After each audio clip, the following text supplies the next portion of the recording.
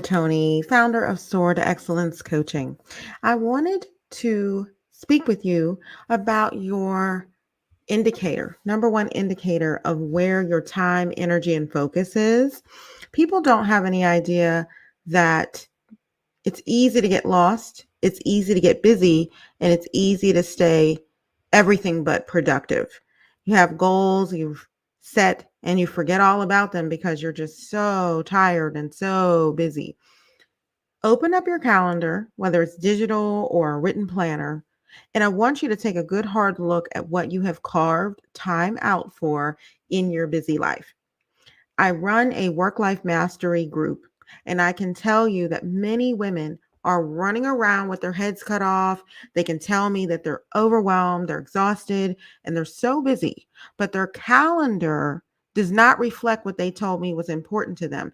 Yes, you care about your family and your children and your job, but if these other items that you have told me are pressing and important for the future are not scheduled in, they are not carved out, if you have not allotted particular time and invested sitting down distraction free to get those other things done, do you really think it's going to happen? Absolutely not. I want you to remember that what you focus on grows. So if you are stressed, if you are always anxious, if you are worried that you're going to forget something, if you're overthinking, if you're a perfectionist, you will continue this behavior and not break free because you're going to continue the patterns of behavior and thinking. I remember in medical school, I was walking as a form of stress relief. And I actually made a friend, and it was so refreshing because I was going alone and I probably shouldn't have been out at 6 in the morning on my own. It was dark at different times of the year. But I was introduced to a friend of mine, Tommy, a woman, by a roommate of mine. She thought, oh, I met this lady, you'll love her. She's great. And we started walking together. We were already doing it on our own. And she said, how are you sleeping? You look like you're tired. Are you all right? And I said, I'm actually having a really difficult time with insomnia. She said, this is the killer. She said, I thought you said you had faith. I thought I saw you in church the other day. If you have faith, why are you anxious? Why are you worried? Why do you lose sleep at night if you really believe that everything's going to be okay? You do what you can and you put your head down and everything's going to be just fine. Now, she happened to be somebody who had been involved in the church all her life. She was a biblical counselor. So it made total sense to me that she was like, it's just as simple as that. But she was right. And I was focusing on what I didn't have. I was focusing on what I didn't know. I was focusing on having no certainty. I was focusing on keeping things the same and having stability. But it wasn't even a life that I was enjoying. It wasn't a relationship that was fruitful for me. And I was in medical school because that was the case. I don't play. If I'm going to leave, I'm going to upgrade.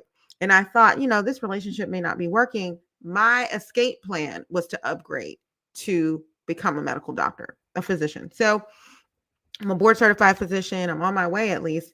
And I'm still anxious and still worried. And she called me out.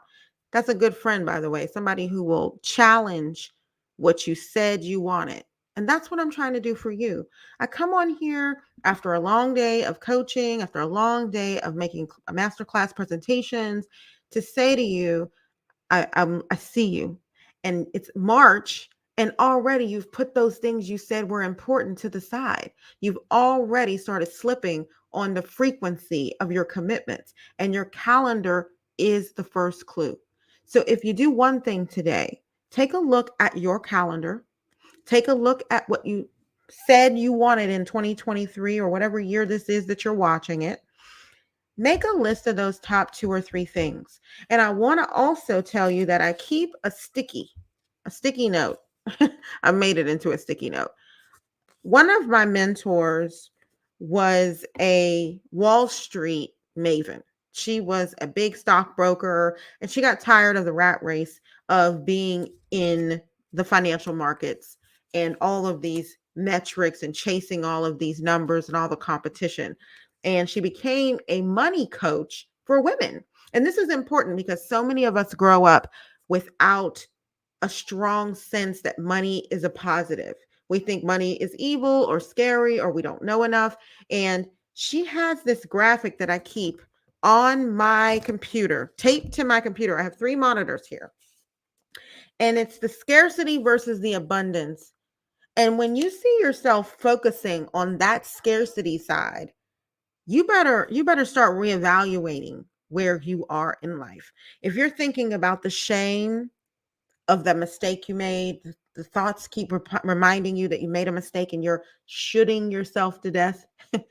If you're feeling like you can't do anything about your situation, if you have fear, if you're still grieving something that happened or something you lost a long time ago, if you're feeling powerless, distracted, angry, doubtful, if you're blaming and pointing fingers and spending a lot of time in disappointment, that is not abundance. And I put these words here in front of my face every single day so that I can remember that feeling insecure and feeling like my faith is wavering and not being hopeful. These are all signs of scarcity mindset. If you want to get where you're going, you need to be focusing on the powerful side of this scale, the abundance scale. Hope, acceptance, belief, faith, and inspiration. These are the words that move the needle towards where you want to be. If you're focused on the negative, if you're letting fear drive all your decisions, if you worry, well, what could happen, coulda, shoulda, woulda, chances are you're operating from the wrong end of the spectrum. This is not going to get you where you want to go, and it's a waste of energy. So if we focused on being joyful, having passion, peace, feeling empowered, love, these gratitude, these are the things that will bring you what you are looking for. And I practice what I preach as much as humanly possible.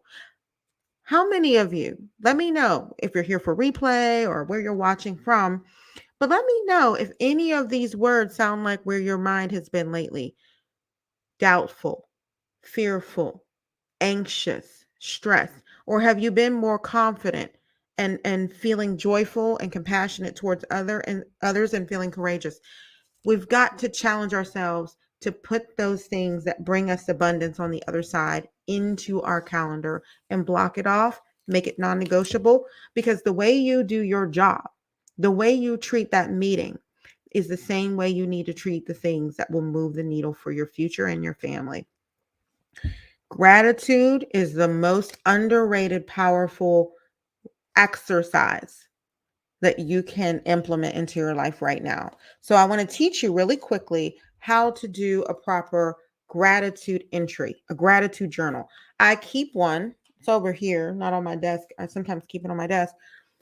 What you have to do is follow the Martin Seligman, Seligman. He teaches the 3 blessings, and this is a powerful exercise in gratitude.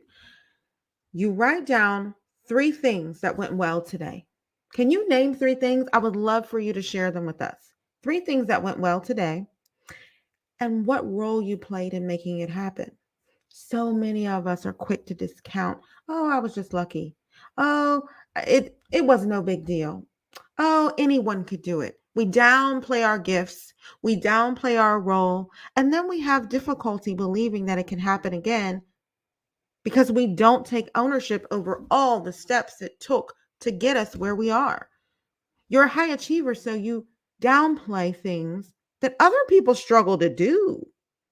So I want you to start writing down as often as you can. And sometimes I don't write it, I just say a little phone note dictation. What are 3 things that went well today, and what role did you play? So that when it's time for you to recreate positive in your life, reach goals in your life, you can focus on the positive, focus on the abundance end of the scale, and focus in on what you want instead of speaking over and over again the things that you lack. It's Dr. Tony, your board certified physician, certified executive coach, who is here to help you to break free of all of these negatives and aim for the positive life that you earned a long time ago. And you should certainly be enjoying it now. We don't want you burned out, stressed out. We want you enjoying the fruits of your labor. And you have gifts that need to be shared with the world. And the only way that's going to happen is if you start to put it on your calendar. So, takeaways for tonight: stick to the positive side of the scale. Document all the things you're grateful for as often as you possibly can, especially daily would be great. And remembering that you have the power to control what you think, what you say, and what you focus on, and know that it will grow if you're consistent with it. Have a great night. And if you have any questions, please drop them in the chat. If you have something you're grateful for, put it in the comments so that we can see it. I think it's good for us to put out those positives into the universe because more comes your way. Have a great day.